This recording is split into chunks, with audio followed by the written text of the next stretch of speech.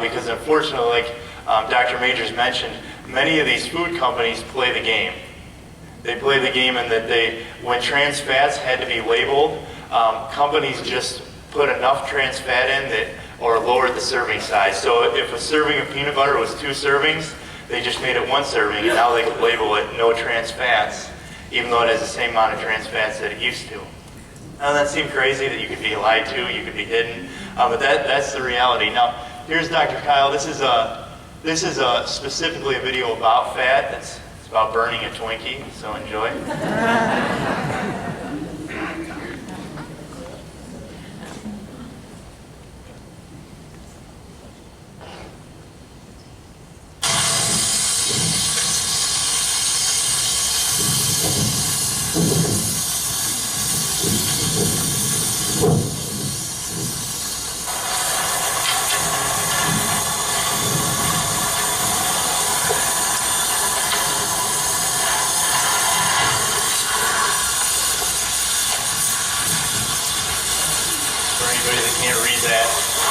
The all-natural dark chocolate catches on fire.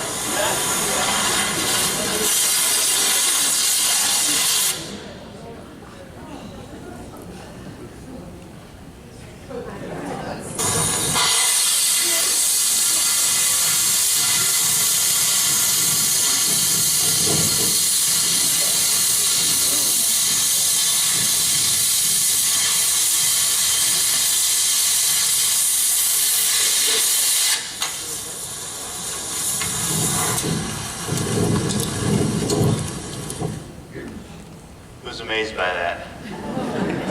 5,700 degrees, Twinkies still don't burn. You might have heard Twinkies can survive the nuclear winter.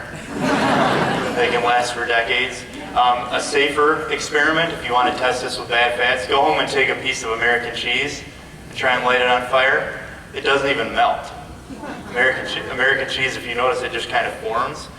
It doesn't actually melt. You can't separate it because it's full of hydrogenated oils. It's full of these things that aren't even real food, and so you can imagine if you can't melt it, if you can't damage it, what's it going to do in your body? How hard is your body going to have to work to try and get all that toxicity out, get all that damaged fat out? And as you can tell, it takes months to actually do it when you're putting those bad fats in there. So fat, you could simplify this basically to fat, sugar, and healthy protein. Get the right fats in, don't put the bad fats in, minimize sugars, and healthy, moderate levels of protein. And Dr. Majors is going to go through that in a few minutes. Many of you have learned, the advanced plan, kind of the main anti-cancer diet. It also happens to be a weight loss diet, an anti-inflammatory diet. It's good for all these different things. But we're going to go through 2 additional different eating styles today that are all very similar, but different ways to get the best results possible for you. Now, here's another thing to think about. So when we're talking about oxygen, for me, the first time I heard about oxygen in cancer, it was like my head hurt. To really truly understand that cancer is fueled by sugar. It can only grow when there's not enough oxygen in the environment. It seems so basic, and I thought, this is unbelievable. This is new cutting-edge research. How many people are like, how come more people don't know this? Right? 1931 and 1938, Otto Warburg won Nobel Prizes for this information. The 1930s. That's where the PET scans come from. He's going to go through that in just a few minutes. So this is 80-year-old information that's still not implemented very well. When we were talking about those blood tests, did you know that you can do a blood test to see how inflamed you are? It's called C-reactive protein. Doesn't C-reactive protein get talked about more? What drug do you think you could put on with C if you have high C-reactive protein? There's none. The only way to lower it is to change your lifestyle, to change your habits, and therefore it gets run sometimes, but it rarely gets talked about. Yet that is something that you can test for to actually look at the inflammation in your body, just like the vitamin D test, some of these other things. But now to talk about pH. pH is something, without going, we could probably have a whole seminar on pH, but if you're currently coming in to see us, you had the chance to test your pH this week. Now there's a couple different things about pH. One, if you did the saliva test for your pH, that's for total body pH. And now you can change that if you had a cup of coffee right before you had it, or if you had orange juice, or if you had something, if you eat, or if you're really stressed. But that total body pH is more of just a very general assessment, and you probably should take multiple before you really act on it. But when you talk about pH, cancer grows at a pH in an organ of around 5.5. So you might have tested your saliva pH, and it might have been 7, 7.5. That would be good. If it's below 6.8, your saliva pH, you should be taking action steps to improve it. So I had quite a few people say, you know, I was 6.5. I was okay. I wasn't good, but I was okay. And so, you know, that's when you want to detox or improve your diet or do something to be healthier. But also, let me give you an example completely unrelated to cancer. How many people have either heard of osteoarthritis or osteopenia or osteoporosis? How many people worry about it, have had a bone density test? Do you know one of the reasons that osteoporosis is so prevalent, again, is not genetic, it's actually a lifestyle factor? Very few people know that. Actually, it relates to your pH. So if you think about pH, the way to look at it, if you've never really heard this before, is the pH of a swimming pool. Can everybody envision a swimming pool that's clear? You can see all the way through it. Has anybody seen a swimming pool that they wouldn't get in? Yeah. It's green, it's murky, it's gross. That pH is off in the water. pH is improper, and it allows the wrong things to grow, just like cancer growing in your body. But to stay alive, your body will keep your blood pH at a very, very specific level. So your blood pH has to be around 7.35, give or take a very small range. It'll be between 7.3 and 7.4. And if it's not there, if you're eating a lot of sugar, if you're very toxic, if you're having, your body will use calcium to buffer your blood to keep the pH proper. So now, if you take medications every day for 40 or 50 years, if you have this bad diet, think about what that's going to do to your bones, and if you have it for over a lifetime, what's eventually are you going to develop? Osteoporosis, right? Does that make sense? Why is it so prevalent in our country? Our country is the only country in the entire world that the #1 chemical consumed is a pharmaceutical prescription. Only country in the world that the #1 chemical, because every single drug is a chemical at some level, it's the only country in the world that the #1 chemical taken in, and so we have the highest levels of, again, how many people have seen the milk commercials for the last 50 years? Right? So it's not necessarily how much calcium you take in, it's how much calcium you're able to leave. The amount of calcium you need on a daily basis, as long as your vitamin D levels are healthy, is between 2 and 3 servings of green vegetables. You get all the calcium you would need. It's a very small amount, but instead of looking at that cause, we just try and throw something at it, more calcium, more calcium, more calcium, when really you need to quit getting the calcium ripped out of your bones. Now, here is, at the break, and a little bit longer here at the break, there are going to be 8 people carrying around trays of smoothies. Now, if I was going to give you, Dr. Major said don't get overwhelmed, don't feel like you have to change 19 things.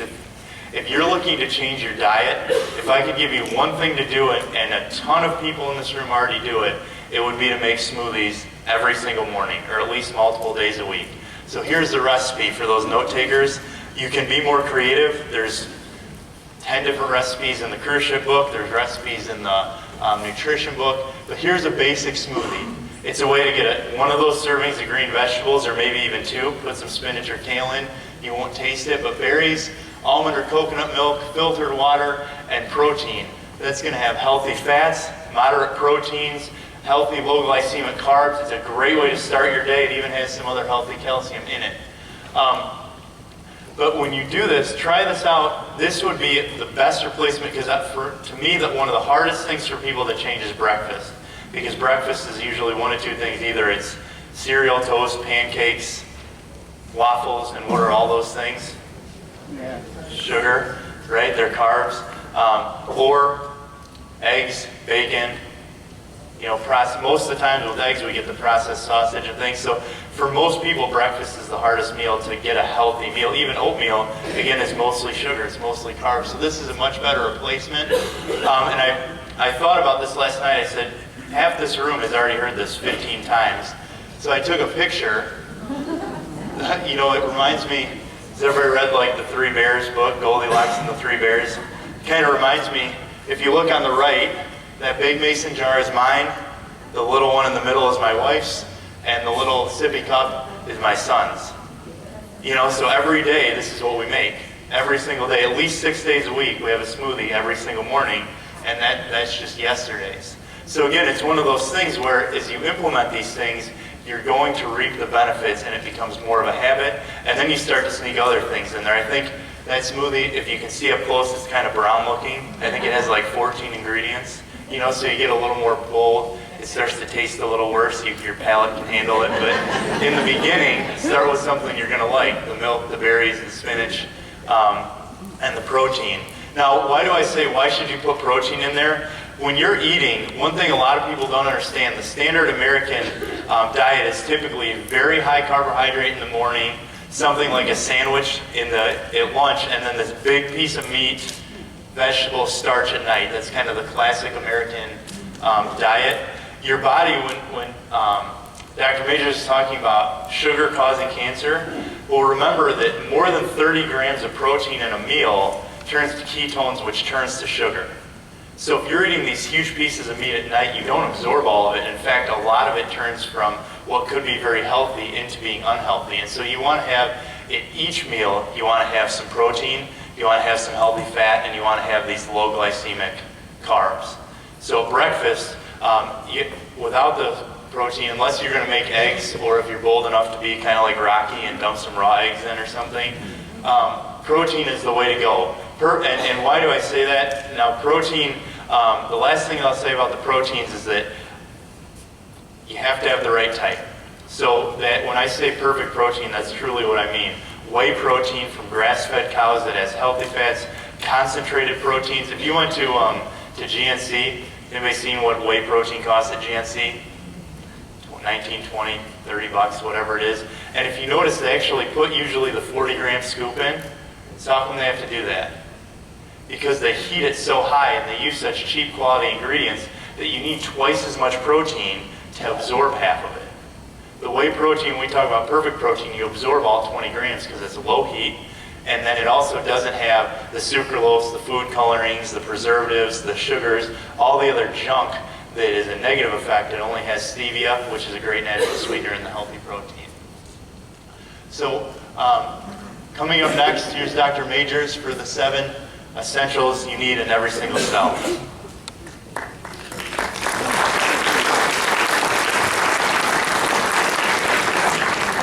You guys hear me? Pretty good? Okay, good. So now let's go through the 7 essentials of every cell. So we know that you're made up of how many cells? Trillions of cells. Some of you 70 trillion, some of you 30, some of you 100 trillion? No. But we're made up of cells, and every one of your cells, remember, grows and dies, grows and dies, grows and dies, grows and dies. So in order for these cells to replicate normally, they need certain ingredients. Would you understand? Like, if you're making a cake, if you're making a meal, does that meal require certain ingredients? Your cells require certain ingredients to keep replicating normally and not become inflamed and create into disease. Where does all disease begin? With what? Inflammation. Getting good. At the end, you're going to be like, well, I think Jared and I were preparing for this yesterday, and we were on the phone for a while, and I'm like, what are the 3 takeaways? What are the 3 takeaways? Change your environment, decrease your inflammation, balance your hormones out. So we got like 3 or 4 things we're going to really go through that you guys are going to walk away with. So how do we change that inflammatory reaction? How do we get your body, how do we get your cells replicating normally again? 7 essentials. Number 1, 22 amino acids. Does it say 21? Does it say 19? Does it say 18? It says 22. It says 22. So that's why we do our shake. I want to make sure when my children wake up every morning that they're getting how many amino acids? 22. Why do we do perfect protein? Why do I pay more when I go to GNC and get a $30 thing for my kids of whey proteins? Why? Because I have to make sure it has everything it's supposed to have. I don't know if you know how most whey proteins work, they get them at a dairy factory, and it's whatever's laying back on the ground, and they sweep all that stuff up, and they create it into this, so after they heat it up. That's where they get those things at. That's why they can charge $19 for it. Antioxidants. A cell needs to have these antioxidants. Antioxidants they're a protection for the cell. Antioxidate. Oxidation creates cancers, right? Pro-oxidation. So what is oxidation? If I cut your apple in half and leave it out, what color does it turn? It's rust. Rust is from oxidation.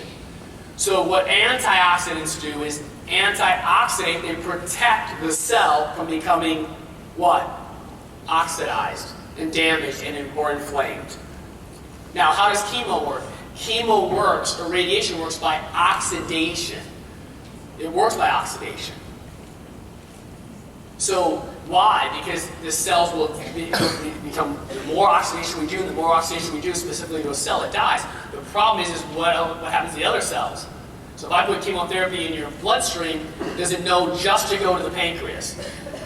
It does, depending on how fast the tumor cells are. Right? If you have a fast, rapidly growing cancer, really fast, rapidly growing, chemo goes to kill it first. The problem is that if it doesn't get there fast enough, or if it isn't a fast enough growing cancer, it hits all the cells.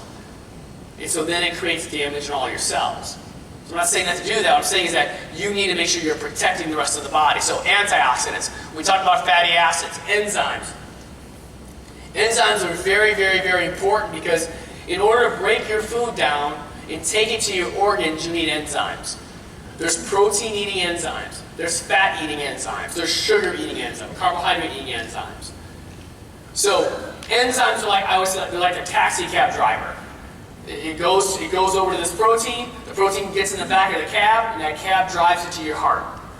Whatever you or your child ate for breakfast will become your heart later today. Everybody understands that, right? Whatever you ate for dinner last night is now becoming your immune system. Because every cell of your body is made of what? Nutrients.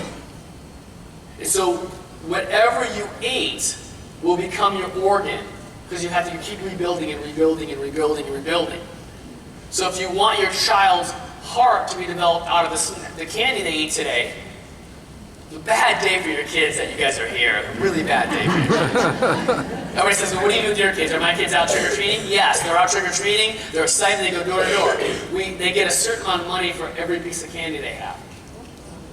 And then we always go the night of Halloween is we take them. It doesn't matter how late it is unless the store's closed. We get to go usually to Target or somewhere and they get to get something that's permanent. My older kids get something else. My younger kids get a doll or get something. So I'm like, okay, you eat that candy, it's going to destroy you and cause cancer? I tell them this. Or you can get an amazing Barbie doll you wanted for the last day. Because you earned it. You went house to house to house. You earned it. What do you want to do? You want to eat it? So I can't tell them, don't eat this and throw it away. They're going to figure out a way to eat it. Right? They're going to figure out a way to do it. Now, are they going to sneak a couple pieces while they're probably going house to house? Yeah. You know what? Well, my kids will be fine. They eat well 99% of the time. Okay, so vitamins, we know that. Minerals, trace minerals. Why? Those of you that are taking a multi-mineral vitamin every day. Why? Because you cannot possibly get the vitamins and minerals you need from food anymore.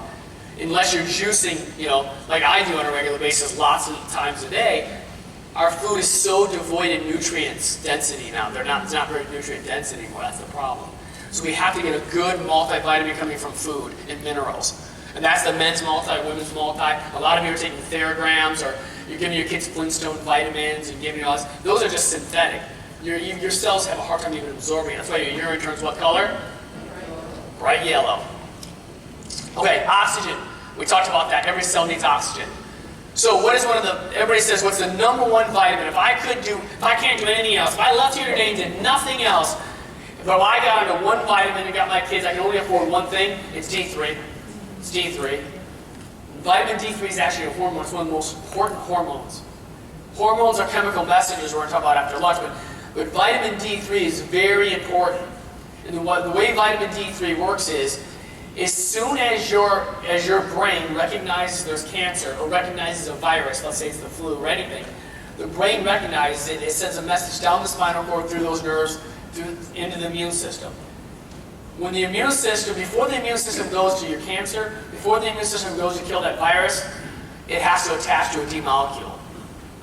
If your D levels are low, you can never have a strong immune system. It's not even possible. So it doesn't matter if you live in Florida, but unfortunately you guys don't even live in Florida, you live in Rockford. You live like where I live, right out in Chicago. We don't get near enough sun. You need to have about 40% of your skin in the sun about an hour a day to have enough vitamin D. And the other issue is you guys don't have to make enough cholesterol because you guys are lowering your cholesterol, not this room. When you lower your cholesterol, you have to have cholesterol to make vitamin D. Vitamin D3 is a fat-soluble vitamin.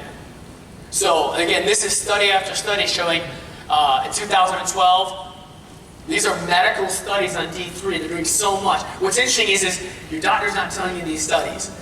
But in 2012, Cancer Causes and Control, this is a journal that was done, findings that former never smokers were 44% less likely to die from lung cancer if their blood levels of vitamin D were above 44. Now, my D levels in my family are above 70 to 80. 44, though, that's powerful to know that you have a 42% chance. Now, what if we told you that there's a drug out there that gives you a 42% chance of reducing cancer in you and your children? Would you buy it? A drug? Absolutely. What would the doctors charge for it? Probably $5,000 a month. Well, listen, there's something better than a drug out there. It's called vitamin D3 and probiotics. So you can actually absorb it the right way. And somebody says, oh, how much is that? $25, $30. Like, you know how much cancer costs? This right here was $410,000, and it was a mistake they shouldn't have been into. Do you know how much I spend a month in supplements? So prevention is a lot cheaper than ever getting it. So in 2013, researchers from St. Louis University showed that women with the BRCA1, which means they're supposed to even get cancer, more likely to develop an aggressive breast cancer, but vitamin D blocked the pathway. When they studied the women with BRCA1, which is breast cancer 1, it's a gene, and they're supposed to develop these aggressive breast cancers, the women in the group who were taking D3 and had their levels high enough didn't have metastatic breast cancer. They didn't go. Remember, what's worse, breast cancer or metastatic? Metastatic. And vitamin D gives the body the ability, even during cancers, to slow down the metastatic process, which is powerful. And in 2013, vitamin D blocks capsaicin L, which makes the cancer grow uncontrollably. On and on. Like I could sit here up there. We could do 3 to 4 hours of just research on the powers of vitamin D. That's how powerful the sun is. The problem is we can't get the sun, so we have to get vitamin D3 in the right kind, the right amount, with the probiotics to be able to absorb it. So vitamin D3 and probiotics. Why 5,000? A lot of you go, my patients come in and they're like, well, I take 500 a day, or I take a multivitamin with 400.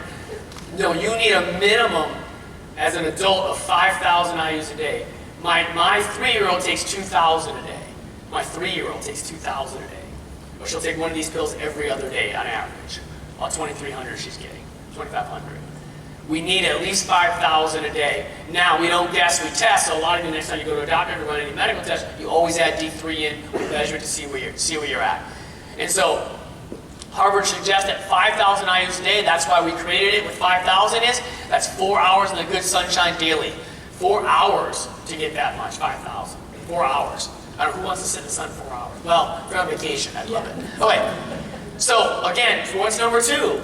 Amazing supplement. Those of you know what turmeric is, who knows what turmeric is? It's a spice. The most powerful anti-cancerous, anti-inflammatory in the world is curcumin. Curcumin had the ability in every study to reverse the tendency for bad genes to express themselves. Even though, remember, it's not your genes, it's your what? It's your environment. When you keep inflammation down, research shows you stop the genes from expressing themselves. Curcumin did that. It promotes apoptosis, which means these cells are not dying. What does it do? Helps the cells die. It reduces inflammatory cancer microenvironments. It blocks estrogen-mimicking chemicals. We're going to talk about after lunch. Stops angiogenesis, which is the blood. Which that means is the only way cancer spreads is through a blood supply. And that when you have enough curcumin and you're keeping inflammation down, it stops the spreading of cancers. So let's, again, we just talked about it. We know research shows vitamin D did it. We know now curcumin does it. We know that it increases your immune system like vitamin D does. Also, this is why I put it separately, the most powerful thing about curcumin, no chemotherapy, no radiation in the world, not even surgery can do this, is it actually can kill the cancer stem cell, and nothing else touches it. A cancer stem cell is where everything begins. Remember, every cell begins with, cancer begins with what? One cell. It's called a mother cell. And that one mother cell moves into daughter cells. Those are the fast replicating growing cells. The cancer cell is not, the cancer, where it all began is not fast rapidly growing. It's slow. It's not moving. So chemotherapy is killing what? Fast, rapidly growing cells. But it leaves what? It leaves the tumor cell. But thank God we've lowered it. It's kind of like, so there was a bunch of weeds here and I just took a lawnmower over it. It looked great. My medical doctors would come in, my surgeons come in and go, man, that lawn looks beautiful. But what's still underneath there, everybody? The roots. That's the stem cell. And no chemo, no radiation, no surgery can touch a stem cell. Why do you think no matter what your margins were clear, how much they cut your breast off, no matter how much they do to you, what usually comes back? Cancer does, unless you change what?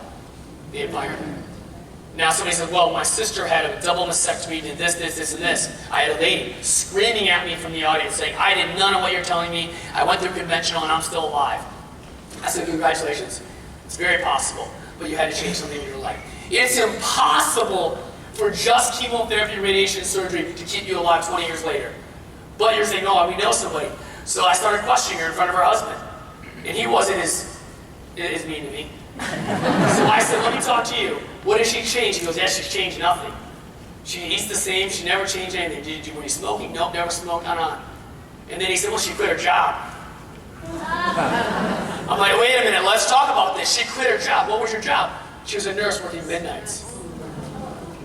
One of the #1 causes of cancer is a stressful environment. So, was it the chemo and radiation? I don't know, it minimized, thank God it saved her life, probably minimized tumor load, but what was it? She reduced the whole level of stress. I said, are you happier now than you were 6 months ago or a year ago? She goes, oh yeah. I'm like, that's enough, right? So you can't tell me, and I'm not saying not to do chemotherapy, we're not, Dr. Jared, none of us are against conventional. You guys okay with that? We're not against it, we're not saying don't do it. We want to get your body healthy again no matter what you decide to do. I want you healthy, so that cancer can't come back again. So daily defense. One of the #1 anti-inflammatory supplements you'll ever find is daily defense. That's why we created it this way. This is not just one anti-inflammatory. We put in lots of anti-inflammatories in there. It's a trio of antioxidants that's synergistic, which means they work together to reduce inflammation. Sugar, sugar, sugar, we talked about it. All grains turn to sugar how fast? 4 seconds. As soon as you eat a sugar, stresses out the body, stresses out the pancreas, you produce cortisol, you begin to create this inflammatory pathway. Like Dr. Jared said, this was discovered in 1930s. Dr. Otto Warburg won the Nobel Prize. That's why they do PET scans. Because we know that a cancer cell is a cell that's no longer bringing in what? Oxygen, and it now having to bring in what? Sugar. So now they do a PET scan. Who's ever known somebody that had a PET scan? Raise your hand. What did they have to inject them with in order to find cancer? Glucose, sugar. They have to, otherwise they can't find it. Why? Because they inject you with glucose. And what happens is the cancer cells will eat that glucose quickly with a radioactive dye, and they light up like a Christmas tree. Without glucose, you can't find the cancer. So do cancer cells eat sugar faster than normal cells? But do normal cells eat sugar? Yes. But who eats it faster? Cancer cells. It is their primary fuel of choice. So, my 3 favorite diets so we can change the environment and lower inflammation.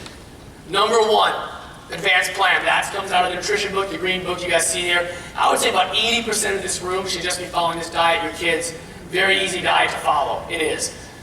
So it's 8 to 10% carbs coming from, the only sugars we really get, like my kids will come from berries.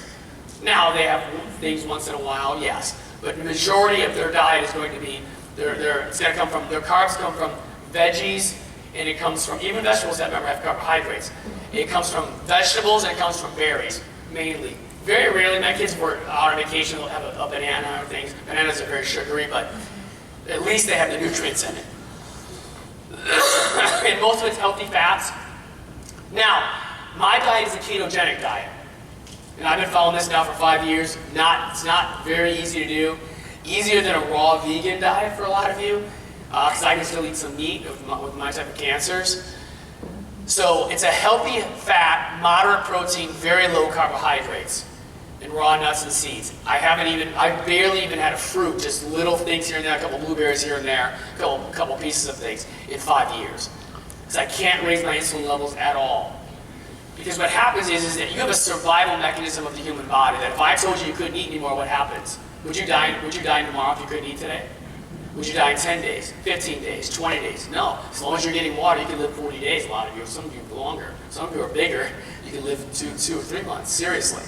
Why? Because what happens is your cells have to have energy. So what your cells do is, your brain says, okay, your cells need energy to survive. So what they do is they take the fat of your body, first your fat, and the liver breaks them down into ketone bodies, and then your normal healthy cells live off ketone bodies.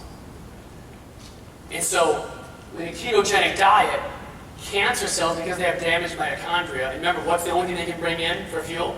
Sugar. The problem is almost everything can turn to sugar. But what they can't eat is, cancer cells cannot eat a ketone body for fuel. They have damaged mitochondria. It's a trick. So that's why I've been in ketosis. So it's one of the things I did is help starve the cancers off. They can't live. But you've got to be in ketosis. Not very easy. I have glucose meters, I have blood meters, I have ketone meters. I have to measure every 2-3 hours. Again, you don't have to be that strict unless you have cancer. The third diet is intermittent fasting, which I love. Who here has heard of intermittent fasting? Beautiful diet. Some of you it's hard, some of you it's not. My wife, the first 3 days were like, you didn't want to be around her when she intermittent fasted.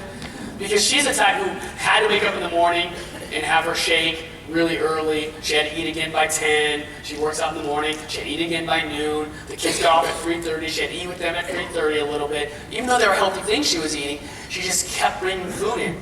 When you keep bringing food in and keep bringing food in and keep bringing food in and keep bringing food in, your body doesn't have a chance to rest. And then my wife would eat something around 9:30 before she went to bed because she kept wanting to get her blood sugar levels up. None of you has that problem. What happens is when you eat even an hour, 2 to 3 hours before bed, it's one of the the hardest things and the most inflammation you'll start to make in the body is when you eat before bed. Because when you go to sleep, can you break your sugars down? Can you break anything down? No. So even your proteins will go faster. What Dr. Jared said, 30 grams. Some of you it's 30 grams, more than 30 grams of protein will turn to sugar. Some of you it's only 10 or 15, depending on how big you are. So if you're going to bed even with 20 grams of protein, but you're not moving at all, 20 grams, protein will turn into sugar through gluconeogenesis. So even sugar can turn. This is why your doctor's like, everything turns to sugar, you can't avoid sugar. You can, you gotta be careful with it. So intermittent fasting means so the way my wife does it, I have her all set up. Her last meal is at 7 o'clock at night. And it varies. Her first meal in the morning is at 11 or 12. So there's a 6 to 7 hour window that she only eats in. I told her, you can eat whatever you want for those 5 hours. Eat after school, I don't care. But you can't eat breakfast, and you can't eat before you go to bed. And the reason why is because it gives your body this chance. It shuts down all the inflammatory pathways in your body. NF-kappa beta shuts everything down.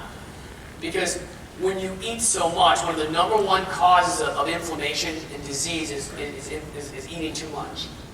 So these are the studies. Now, what happens is, so my wife has to work out in the morning. So imagine Monday morning, she started a while ago. She's pretty much crying in the gym with me. I can't do it, I'm so starving, I'm so weak. The first day she was like it, she probably got half her workout done. The second day, it got a little easier. By the third day, what does your body finally have to do? Because it has a survival mechanism. It knows it needs energy, so what did it start doing? Burning what for fuel? Fat. And now she can do it every day. She has no issues. Where a lot of you, it's 9 o'clock and your stomach's growling, that's because your body's so used to it. So now she can actually work out her full workout, and she doesn't have any issues like she had before. because our body goes into this fat-burning mode fast, and it's breaking down inflammation. I thought breakfast was the most important meal of the day. It all depends on where your health is and what's going on. But for most of you, you eat too much. Nutrient density is the key to living longer. Eating less calories that are nutrient dense. In your green nutrition book, it tells you in there, 1 bowl of kale equals 25 bowls of oatmeal in nutritional value. Let me say that again. 1 bowl of kale, 25 bowls of nutritional value in oatmeal. So your kid, you give him a bowl of oatmeal, but he needed to eat 25 of those to have the same thing my kid gets when he goes to school, the shake. The shakes you're going to have here at lunch hour here, that shake has more nutritional value probably than about 10 bowls of oatmeal for your child. And then we put in our coconut oils, and remember, you start adding things into there. Dr. Jared will help you with that, Dr. Alex. So these are studies. Studies show that reducing calorie consumption extends your life by 1/3. You want to increase 20 to 30 years on your life? Quit eating so much. Who's ever been to another country and saw how you're supposed to eat? Come on, somebody's done it. You go there and you order food, you're like, what is this? It's like this big. It's supposed to be that big. We went out to eat last night with my wife and my kids. Guess how do we order? We split everything. We get sides of vegetables. We split everything. We go to healthier restaurants, we go to healthier places, but we split them all. And you learn that's how you eat. You split everything up. You don't eat that much. So you order some side vegetables. I always bring in olive oil. I get sides of guacamole. I put everything there. So I have my ratios. I have all my healthy fats. I have a little bit of my healthy proteins. And my only carbohydrates come from vegetables. I can do that anywhere I go. So again, carbohydrate restriction and lactate transporter inhibition. Again, you shut down, you restrict the animal from carbohydrates in all the studies, and cancer starts to go away or gets prevented. And in ketone bodies, stop human neuroblastoma cells. This was not in an animal, this is in humans. That was a Journal of Pediatric Surgery on children's brain cancers, one of the hardest cancers. When you give them the right diet, change their environment, what happens? You change their cancers. So this is powerful right here. Your Dr. Gerald's going to help me with this. Well, should I not go to there? You guys are like, oh my God, we've been sitting all day. Just so you know, sitting causes cancers. Now, not our research. This isn't Dr. Jared and I's research. New research shows sitting is the new smoking. Sitting causes cancer. Why? Women sitting 6 hours or more a day had a 65% increase in multiple myelomas, 43% greater risk of ovarian cancers, 10% greater risk for invasive breast cancer, and 10% greater risk of cancer at all. So 2015 study, again, every study showing that when you study people with cancers and without, the ones who do more sitting on a regular basis create more cancers. Now there's multifactorial issues. One of them is you're not burning sugars down fast enough because you're sitting all day. But one of the major issues is what are you damaging when you sit all day long? What are you damaging? What?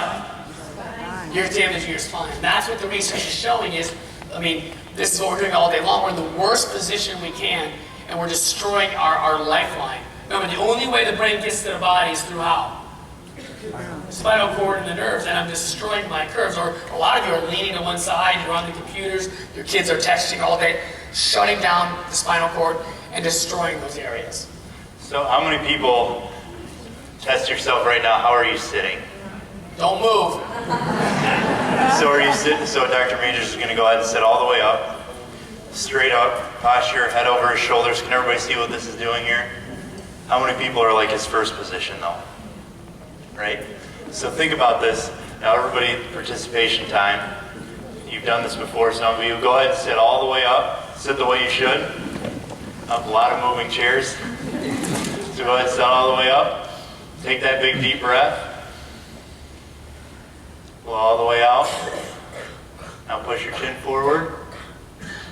Take a deep breath. What's the difference?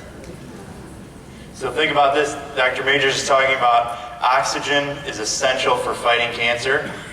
Who gets more oxygen? Person A or person B? Person A, right? So there's a difference. When you talk about posture, you think about, when you think about your spine, most people think about pain. Right? Number one thing that somebody comes to see a chiropractor for, headaches, neck pain, and back pain. Everybody can agree with that? If I said, think about what does somebody have when they have a pinched nerve, what did most people's minds go to? Pain, right? We can all agree with that. It has been the trained thing, but the reality is that your position, the position that you're in, whether you're sitting, whether you're standing, over time, your body starts to mold to that. Harvard Medical did a study that said, is that hump on your back killing you? Anybody see that? Time Magazine's pretty good about republishing some of this stuff. Does anybody know what it said? A kyphosis, to a certain degree, increases your risk of death by 50%. Now, how can having a hump on your back be killing you? Shuts down your nerve system, shuts down your nerve supply, damages your body. So if you have the hump this way, you can pinch the nerves. Go ahead and stick your head out one more time. How many people sit at their computer like this? Right? So what's this going to do over 30 years? Now, is it going to cause people some stress here? Is it going to cause some maybe pain, numbness, tingling? Anybody ever here? If you have carpal tunnel, it's in both hands. High likelihood part of it's coming out of your neck. How can you get carpal tunnel in both hands at the same time? You're pinching the nerves that are going down because of the way that you're sitting. Now we're going to have some fun. Anybody notice Dr. Majors is pretty serious? Pretty serious, guys. So we're going to have some fun here. How about backpacks? I filled this full of books. Oh my God. It feels like rocks in here. There's 8 books. Come on, how many of your kids, this is what they have. It's the way they have to do, they're like this. They have to. You got to hold this up. They're not sitting there like this, perfect, with perfect posture, walking like this. How many kids would get made fun of if they did that? Right? So, and the thing is they've shown that if your book bag weighs more than 15% over your body weight, it starts to cause damage. How many kids don't have time to go to their locker in between classes, so they say they just have to do it? And that may be true, but still, even if they just have to do it, what's still happening to their body? Still being injured, right? It's still, how come when you walk in our clinic, you see these little kids running all over? Because the health is affected at all ages.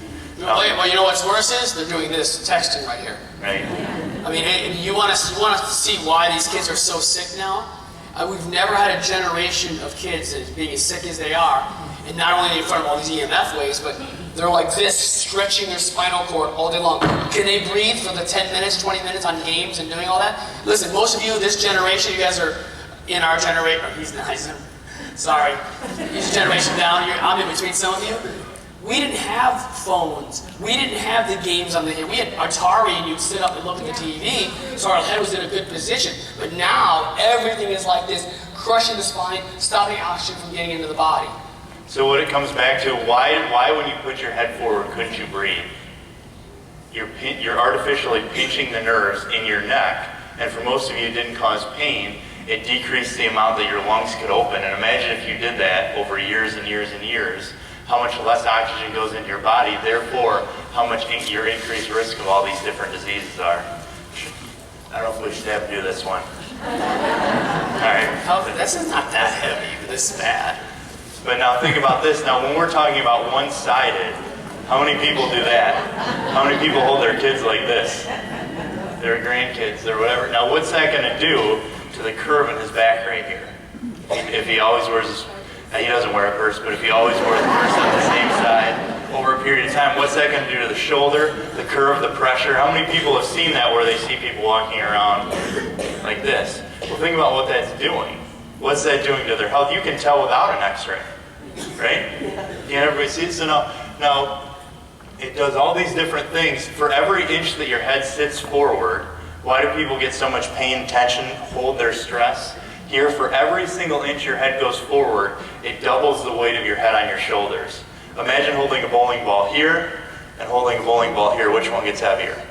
Right? Can everybody see that? And so some of these basic things that we're doing that most people have to do affect your health, and that's why in this day and age, taking care of your spine has become so essential. If you go to South America and you go to this indigenous tribe, how many of those people brush their teeth? And do they still have teeth? Right? How come? Because their body's adapted, but currently with the sugars, with the processed foods, with the things we've done, it wears off our teeth, and so you have to take care of these bones to be healthy. How many people skip brushing their teeth this month? Gross, right? You think what it would do? Well, the same thing, you have to take care of your spine because of this, because of how we sit, because of cell phones, laptops, computers, all these different things. Now, here's what it does. You know, when you talk about, how many people in this room remember Christopher Reeve? Remember Superman? Damage the spinal cord. So what does actually losing a curve in your spine do? It actually elongates your spinal cord, and over time it will degenerate. So if somebody's in a car accident, if they're in a horseback riding accident like he was, he actually severed part of his spinal cord and bruised the rest, and it paralyzed him, right? He needed a pacemaker for his heart, respirator for his lungs, all these different things that affected his health. But the longer that your neck's out of place, the more it elongates your spinal cord, and you'll literally have neurological fibers die. They'll wear out. Your spinal cord will thin. That's what you're seeing. You see the difference in the size of the spinal cord on the left versus the spinal cord on the right? That's a cadaver study of two different people. It's just a side view of somebody's neck. So the more, and so those signals can't get through there. Now, use this example. Dr. Majors has used a lot of times, but how come with so many of these diseases, people that have damage to their kidneys or breast cancer or different things? Well, so this is for those of you who saw the video I just posted yesterday. Is how is it genetic when you only have cancer in your right breast and not your left? How is it bad diet you have kidney cancer when it's only in your left kidney? How is it that you have lung cancer in your right lung? Did you only smoke in your right lung? How is that? And that's where all the questions and research are moving to, because they're like, yeah, we never thought about that. When you have an estrogen-positive cancer, that means you have too much estrogen in your bloodstream. Is it only going to your right breast? How's the high estrogen only going to your right? Why is it going to the left? What controls everything in our body? The nerve supply. So you guys can see this person right here. Somebody holding their purse all day long on their shoulder, right? I'm crushing these nerves right here. These nerves go to which side of my body? Somebody yell. The right. So if I have, my hormones are a mess, my brain gets to the left and kills all the cancer, but what happens? So which side am I getting cancer on faster? Right. The right. Which side am I going to have lung cancer on? Smoking. It's going to my left lung, but my brain's killing it because it can get there. What about the right side? Yeah. It's not getting there. So what's more important? Doing testing that finds cancer after you have it, or having that right there done? Which one would you rather? Which one is more important to have, honestly? That one right there. That's the most important test. Every medical test, every MRI, every CAT scan for thousands and thousands of dollars, even blood work, high blood works, find cancer after it's there. Thank God. What we want to know is it there already growing? Is your chance higher with one cancer versus another? If these nerves are damaged in these lower organs, that's my colon, that's my digestion. I'm going to have more likely to have colon cancers. So what we're going to teach you before the break here, the 7 main things that you can know about your nerve system. Here's the first one, and probably the thing that most people don't understand.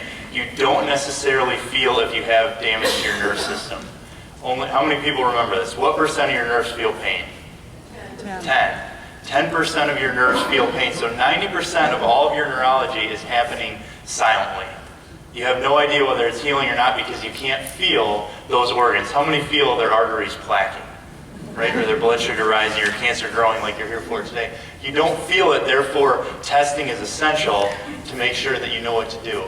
It takes years off your life. I think that everybody here, if you've been here long enough now, you know, or you can believe that without me really explaining this, but a study done and published in 1981 showed that having this takes between 14 and 20 years off somebody's life. Who knows what this is called? Scoliosis, right? So scoliosis of 20 degrees or more now takes between 14 and 20 years off your life. Doesn't that seem crazy? But it's not the bones, it's what the bones protect. In fact, for all of you who have children, kids, grandkids, or maybe young enough to remember this, at every school physical, the doctor runs their fingers down your spine to feel for. Because how many kids do you think have severe back pain when they're diagnosed? Very few. Very, very few. So what we're looking at is finding this before it's a problem. Great news is, if you find it and start to reverse it, no studies that show it takes any years off your life. Improving this improves your health, improves your overall function, and in your overall health and your longevity. Next one. How many people have a spine? All right, that one's easy. Diet, exercise, yoga, all these things you've gone through, you're learning about, you're implementing. All these things are great. But if you have a problem in your nerve system, it might not be enough. Think about this. What if somebody starts to run and their hips look like this? Is that going to be better or worse for their health? But isn't running good for you? Right? It's good for you. It's good for your run. It's good for your heart. It's good for oxygen supply. But what if nobody fixed the problem? What's it going to do to these discs in their low back? How many people know somebody who's let their back wear out enough that they bulged or herniated a disc? How many people felt that before they bulged or herniated it? Before it went from a small pain to a severe pain? Right? Because if their body looks like this, and that's what an x-ray shows, that's why we test for this, is to see where it is. If you hold your purse on one side, what if it's not scoliosis, but you pinch two nerves right here, going to your lungs, your arms and hands, your breasts, all these different things? Is that going to affect your health right here? Everybody see that? That's why it's so essential to test this. The next thing, I've had a few people say before, well, how come my doctor doesn't check this? You're in the room with the only doctors in all of Rockford that are trained to actually change the shape of your spine. So, there's plenty of people in this room that have been to a chiropractor even before they came to see us, or maybe you're a guest here and you've been to a chiropractor in the past. There's a huge difference between going and getting your back popped for a little bit of pain relief and taking corrective x-rays that are going to take, if your neck looks like this and your spinal cord is deteriorating, and start to make this change so that you can get better and actually have long-term health. Make the changes. That's what we do here. Dr. Major said about the amount of hours that we train. The state of Illinois requires that we get 12 continuing education hours every single year. All the doctors in this room get more than 100. Get over 10 times. Say that again so I understand that. So the average, what the state requires for us to have a license is 12 continuing education hours, weekend seminars, online classes. We get over 100 every single year. And we don't get them from pharmaceutical companies. So, Thank you. Now, the best way to detect it, you already saw it. Best way to detect it's an x-ray. An x-ray is a snapshot. It's a window into your spine, into your overall health. That really tells how well your body is functioning. I'll give you an example. One of our colleagues, a person named Dr. Chris Zano, if you've been to our dinners, you've heard this story before. Well, without giving Dr. Majors a hard time, he's the same height as Dr. Majors, but he's about this wide. He's Mr. America, right at one point, 1998 Mr. America. So looks healthy, looked fit, looked like was on the cover of Muscle and Fitness. And the year after he won Mr. America, he couldn't compete.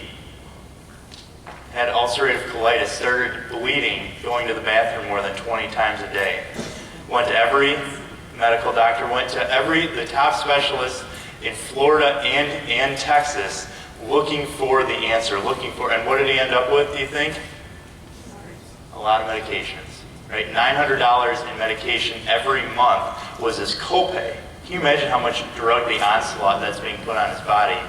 And he was lucky enough, his gym teacher saw his name on a prayer tree when he was emailed out in a prayer tree, and called him up and took him to a dinner. That's why we always talk about him at the dinners. When he had his x-ray done, although he looked so healthy, he had a 20-degree scoliosis in his lower back. So what was that doing to his colon? Shutting it down. He developed ulcerative colitis. Instead of going to see all these specialists taking all these drugs, he went under a corrective chiropractic and spinal corrective regimen like we teach, like we do in our clinic. And within 3 months, he was going to the bathroom half as much. Within 5 months, he stopped bleeding. Within 7 months, he was off every single medication. Instead of spending the $900 on copays, he was spending much less than that, investing in his health and getting healthier. And now went back to school, runs one of the clinic just like ours, just like Dr. Majors is, one of the biggest clinics in the state of Texas, and completely transformed his life. And how much better is that for him, do you think? I'll tell you, he has kids now. He has a normal life. He's healthy. He's helping other people be healthy, just like we do, just like Dr. Majors does in the Chicago suburbs. And so, the thing is, you can't just look at somebody and tell if they're healthy or not. Yet we're all trained to do that. If you're thin, you must be healthy. If you're fit, you must be healthy. Those things are important, but they're not the only way to tell. In fact, you have to know what's going on inside to know if you're truly healthy. The last thing, and I'll tell you, this is the only one that's not directly related to your nerve system, is the best time to correct it, the best time to maintain it, like so many of you have done for years now, is now.